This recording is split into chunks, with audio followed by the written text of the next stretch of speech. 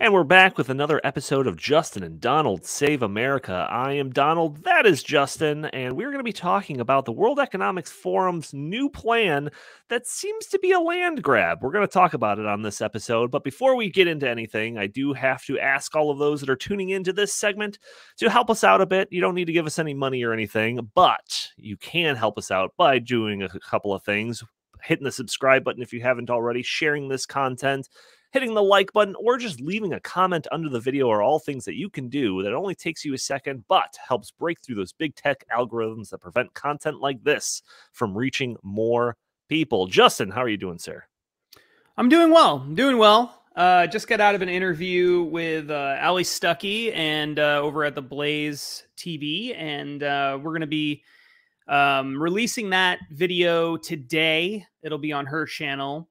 So if you just type in Ali Stuckey on YouTube or whatever, you'll find it. Or if you're a subscriber to the Blaze, then even better, you'll be able to find it there.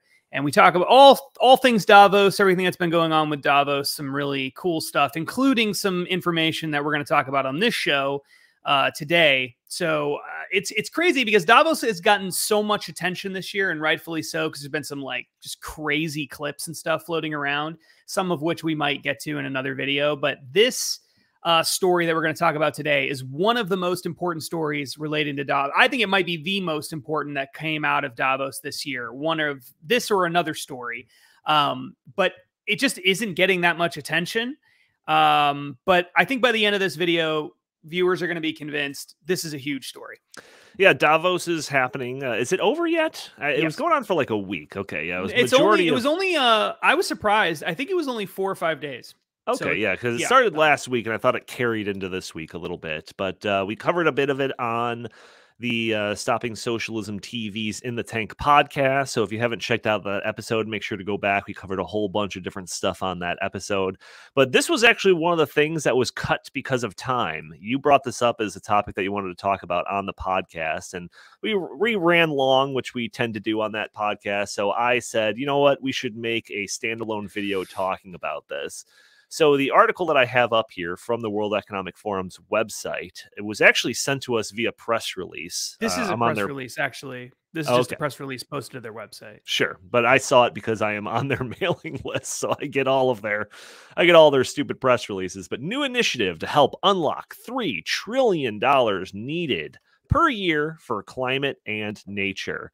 So I don't know. I mean, like when I first saw this, I just like, oh yeah, another just bottomless pit of money that they need for all of these, good-hearted things that they present. We need to save the planet, and we need $3 trillion this time. And then I went along my day.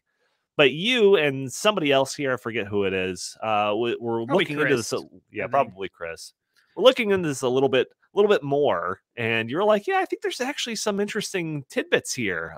We should talk about this. So now's your opportunity, Justin. What is here that is so eye-catching? Okay, so the whole purpose of this initiative is to try to bring more philanthropy into the public-private partnership cesspool that is Davos. And so normally when we think of Davos, we think of the Great Reset. We're thinking of government working with big corporations, banks, financial institutions, your BlackRocks and your Bank of Americas and all those kinds of people. And there was a lot of that happened this year at Davos as well. But what this is about is how do we bring in the philanthropy side of it in addition to all of that? How do we create a nonprofit that's going to accomplish some of our goals? And how are we going to fund it? And what is that going to look like? So as far as I can tell, and they haven't given a ton of information about this thing yet. It's kind of a new thing. I hadn't heard of this, that they were even planning to do this until they announced it, I think on the 17th of January. But basically the goal is we're going to create this new organization or this new initiative that's going to pool philanthropic money dedicated entirely to 2 tasks. And those 2 tasks are basically conserving land and battling climate change. And the name of the organization is, or the initiative, or however this thing is going to shape up legally, is Giving to Amplify Earth Action. Giving to Amplify Earth Action. Now, that's a stupid name. But It's a stupid name, but the acronym for it is Gaia. Okay. Now, what I find interesting about this, just kind of at baseline, is clearly it's such a stupid name that the obvious point, and you see this with bills all the time, like laws and proposed in Congress and stuff, where they give you the dumbest name ever because they like the acronym. Right. That was clearly what was going on here. And so they went way out of their way to call this Gaia. So what is Gaia? Gaia is, in Greek mythology, the goddess that personifies Earth. It's like Mother Earth is Gaia. Okay. It's really weird, just kind of weird that they would like go way out of their way. Like, no, it has to be called Gaia. We got to go to Greek mythology. I think that was really bizarre. But anyway, they launched this Gaia initiative. The goal being to raise $3 trillion per year to put toward renewable energy causes and buying up land, presumably.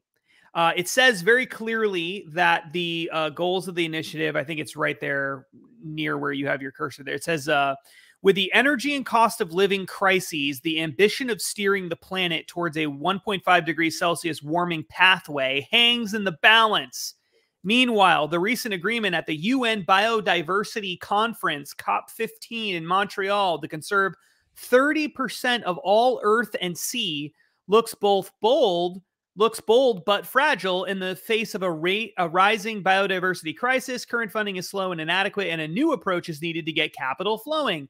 Philanthropic giving can address this with unique qualities not found in other financing. Those unique qualities are mainly tax advantages. Okay. So that's one of the reasons why I think they're doing it this way, because you can buy up lots of land and you don't pay any taxes on it. So I think that that's one of the reasons they're doing that. So one of the things that struck me right away from this is the people who are involved. If you go up a little bit on your screen there, there's a list of organizations that have already signed on. There's 45 partners that have a lot of money that are already agreeing to do this $3 trillion per year initiative. Among some of the bigger names that are on the list is, let's see, there's the Open Society Foundations. That one really stuck out at me. That's your George Soros and his buddies. You've got the Arab Foundations Forum, the Bezos Earth Fund. That's Jeff Bezos. You've got the Rockefeller Foundation, the United Nations Foundation, that's the nonprofit side of the United Nations, and the Wellcome Trust. The Wellcome Trust, not that I want to get into all of that, but look up the Wellcome Trust and COVID and stuff like that if you're just curious. I'm not going to get into that, but look into that if you're interested. These people have lots and lots of money. We're talking billions and billions and billions and billions and billions of dollars. They're all getting together and they want to help fund this $3 trillion initiative. So why does this matter? Well, BMW Foundation. I know there's some weird ones in there IKEA, too. I see. I know. Apparently, IKEA has a gigantic nonprofit that does a lot of left-wing type stuff. But anyway, there's a the thing that I find so interesting about this is we've talked about this whole concept of you'll own nothing and you'll be happy. Buying up lots of farmland. People have noticed that, you know, Bill Gates and a lot of these people who are involved in Davos have been buying up tons of farmland. You have sort of corporations forming, buying up farmland. You've got Blackstone and BlackRock and hedge funds and other Wall Street firms buying up lots of houses and whole neighborhoods and in some cases farmland. And so people have noticed there's lots of property being bought up. And we've talked about this a lot. Why are they doing that? You know, most likely, I think, because, why do you think they're doing that? I think, I mean, you did a lot of work on this in the book we've got coming up with Glenn Beck. What do you think the motivation is behind all of the property that they're buying up? I think there's a couple of ways to look at it, but like at a macro level, it just kind of consolidates everything underneath one centralized umbrella. You know, whether it's the government or a bunch of people that are in bed with the government, you know, a la ESG and the Great Reset and all of that. But essentially, it just boils down to control. And if you own it, you get to control it. Someone else owns it, they get to control it. That's kind of my macro view of it. Yeah, I think that's true. And I think there's also, in addition to the control side, there's also a real economic benefit to doing it. So land and especially available land is a finite resource. Sure. Okay. There's only so much of it that exists. They have decided to buy up lots of it as an investment and as a way to kind of manage things and control. I think control society to varying degrees of the use of property and stuff over the long run. But because the supply of available land is shrinking, because these people are buying up more and more of it, but the demand for that available land from just the general public is not necessarily shrinking. It's roughly staying the same. Anytime you have supply going down, but demand staying the same, your prices go up. Well, that benefits you if you already have a lot of these assets sitting in your portfolio of land, right? And so, especially if your plan is not, I'm going to make money today, but I'm worried about how do I consolidate or add more wealth over the next, say, 10, 15, 20 years. If you're looking 20 years into the future, there's more and more people. There's increased population growth, increased wealth around the world, increased property ownership, and you're buying up more land. You're accelerating that sort of supply crunch and increase in value in the land and all of that. So I think that they make money off of this as well. So I think there's a lot of political advantages too, because this is being sold as an environmentalist thing and it's got ties to government and there's all kinds of facets to this. But the $3 trillion thing, at first glance, I thought, whatever. Okay. Yeah, that's a lot of money. We're used to seeing these kinds of gigantic figures with money now, and we just kind of like roll our eyes and just move on and whatever. We don't even roll our eyes. We don't even spend that much time. It's just like, who cares? Yeah, of course, there's trillions of dollars, whatever. But $3 trillion is an insane amount of money if your goal is just to use it for like buying land and green energy stuff. Sure. So that was the thing that when I really started looking into that, that was the part where I'm like, that when you look at the players involved, you got Davos, George Soros, Jeff Bezos, all these kinds of people, right? And you mix that with the amount of money that we're talking about, like there's got to be something to this. This is a big deal. So I did a couple of tests to see, how much money is this really? We got to put this in context because again, people are just like they zone out when we get to the trillions, right? Mm-hmm, and billions seem like nothing now. Hundreds Sure. of billions seem like nothing. So to put this in perspective, there was an analysis that was done in 2015, I think, or 2016. I can't remember. It was published by, or a summary of it was published by the Wall Street Journal. It was done by a government and an economist that looked at the value of all the land that exists in the contiguous United States. So not Alaska and Hawaii, but everything else. We're not talking about available land. We're talking about just all the land. We're not talking about the buildings on the land.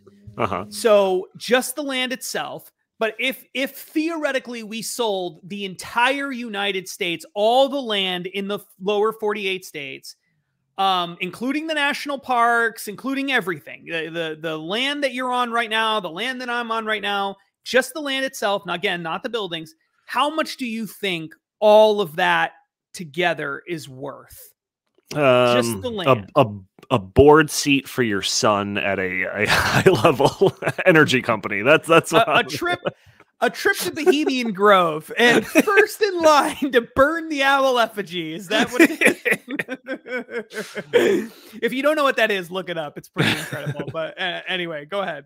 Yeah, give me much? a rough estimate. Yeah, how much do you think all the? I know. But that's the thing, right? I don't know, like $100 trillion. $100 trillion. That's not a bad guess. $100 trillion. According to this economist, the number was about $29 trillion. Okay. So $3 trillion a year to get to $29 trillion would take you less than a decade, right? Yeah. Okay, so you could buy a lot of land with this. So then I thought, okay, yeah, but that isn't the case, right? It's not like they can just go in and buy all this land. A lot of the land is already owned by the government. A lot of the land is already got houses on it and buildings and all this other stuff, right? So then I said, okay, well, how much what about houses, right? All the houses sold last year in the United States combined. So now we're not just talking about the land. We're talking about the land and the houses. There were 6 million houses sold in the United States in 2022.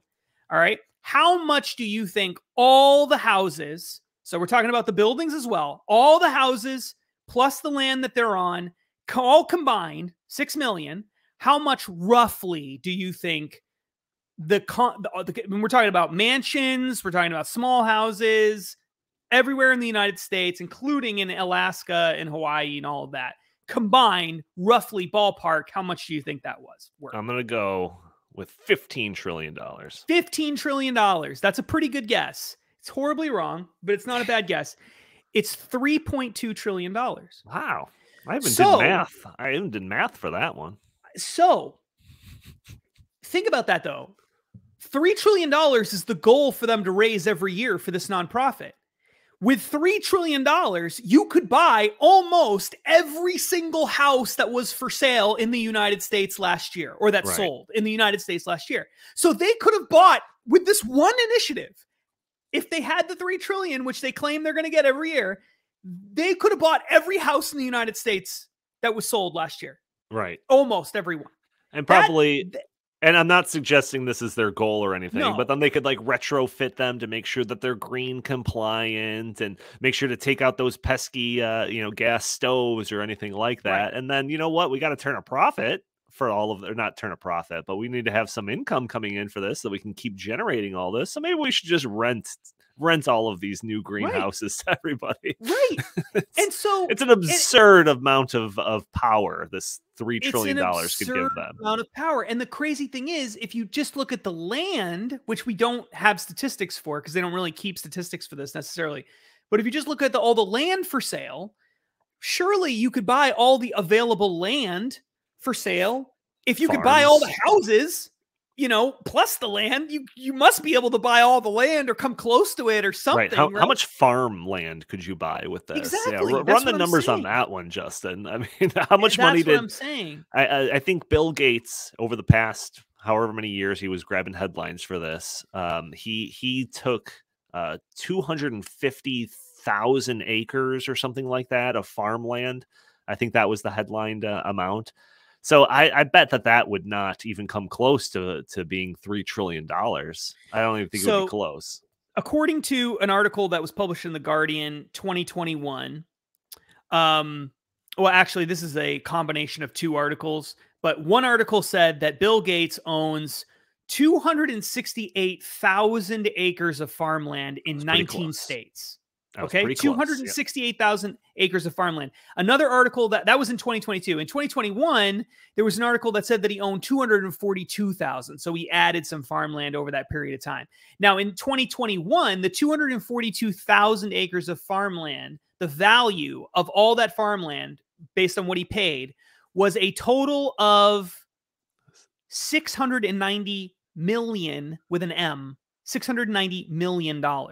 Right. Okay, so that is, to put that in perspective, that's way less, a tiny less. We're talking way less than 1%, a fraction of 1% of what we're talking about for this Gaia initiative. Mm-hmm. And that's Bill Gates, who gets headlines every single day for buying up, every time he buys up farmland, someone runs something saying, Bill Gates buying up all this farmland. These people are saying, oh, we're going to buy like 3,000 times more than that.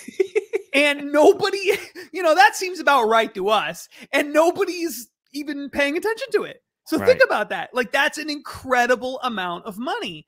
So again, every house sold last year, almost every house sold last year could have been bought with $3 trillion. All the land in the entire United States that's available could have been bought for $3 trillion. All of the land that exists in the United States, period, in the lower 48 states could be bought over 10 years. They're not going to do this, but it just illustrates the power of what $3 trillion a year is. And when you combine that with the stated goals here of, well, we want, renewable energy and we want to conserve more land as part of this 30 by 30 initiative that they have of conserving 30% of the land and water by 2030, which is not that far away. That's 7 years away. I think that this is a major, major story. Yeah, you know what's even crazier about this is, like, in terms of all the irons at the World Economic Forum and their associated, everyone that's involved in ESG and the Great Reset agenda and all of this stuff. It's like, this seems like a back burner item for them. They're like, oh yeah, we're revamping capitalism and we're resetting the world economy and we got all this other stuff going. And oh yeah, we also have our philanthropic wing is raising $3 trillion to buy up land and do all this other stuff. But let's get back to the main picture here. It's like, that's the power of all of these people. It's an insane amount of influence and power. It is. And so then another kind of tying into all this, right? So there was a clip that was running around of John Kerry, and we talked about it, I think, on the In the Tank podcast, if I remember right. We did talk about that one, right? We did play the clip of the John Kerry thing. We talked about being an alien and all that. Yeah, we talked about that. So basically, John Kerry say, this clip, if you haven't seen it, just Google extraterrestrial and John Kerry and we'll find a clip, or maybe we can pull up a clip of it. I don't know. But basically, John Kerry gave this really famous quote out of this last meeting here in Davos. And when he gave this quote, talking about how all of us, really powerful people, we get to come together and save the planet. And that's really an incredible thing when you think about it. It's almost like we're extraterrestrials, how much power we have. That quote was at an event that was to launch this Gaia Initiative. Okay. So when he's giving this quote about all of us coming together to save the planet and how powerful we all are, and isn't it incredible how powerful we are, and look at all the stuff we get to do, that's in the context of this $3 trillion that he's that we're talking about with Gaia. What didn't get any attention is that he also said something else during that speech. He said that the key to battling the climate change, I think he said this is the key, or the key to, and whatever, but the key to battling climate change is philanthropy. And when you stop and think about it, it's not the only key, he said.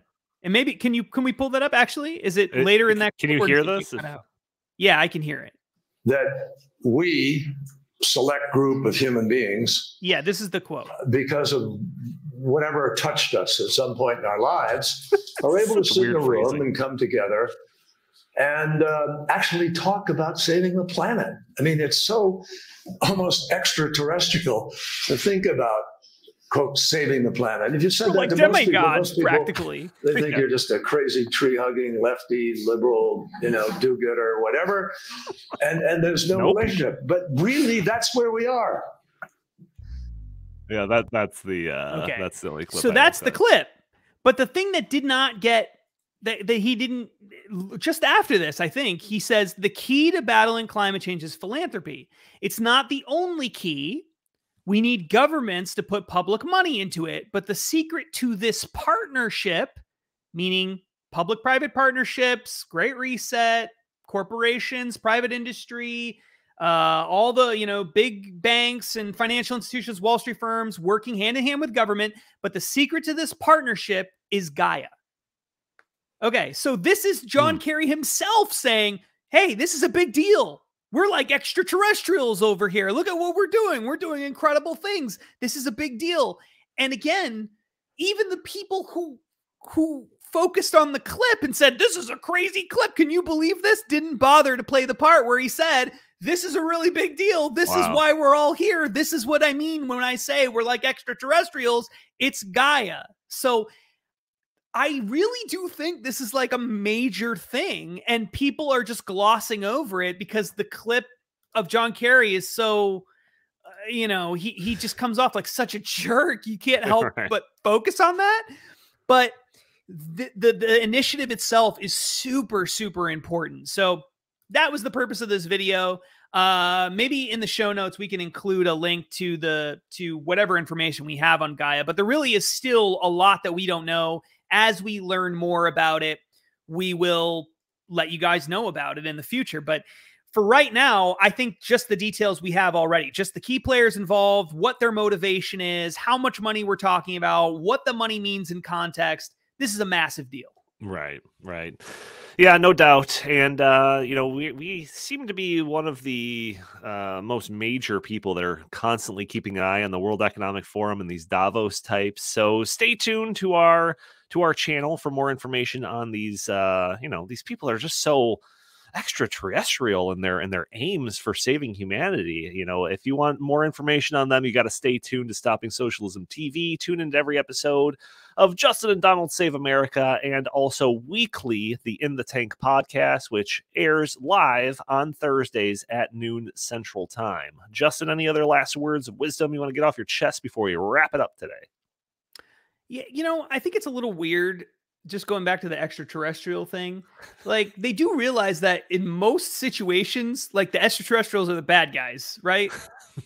Like, they do they're not often the ones that are trying to save the planet. Sometimes they're okay, but usually they're like blowing up cities or like enslaving humanity. It's not like, it's not a very good look. Yeah, like, we're like the aliens, guys. The aliens? And it's like, the ones that bad. Like have the thing in their mouth that spits out and stuff. Like, that's like us. Independence Day aliens or like ET aliens. I think we need to be like a little more clear cut about what kind of aliens we're watching, but yeah. All right. Well, thank you all for tuning in, and we'll talk to you next time.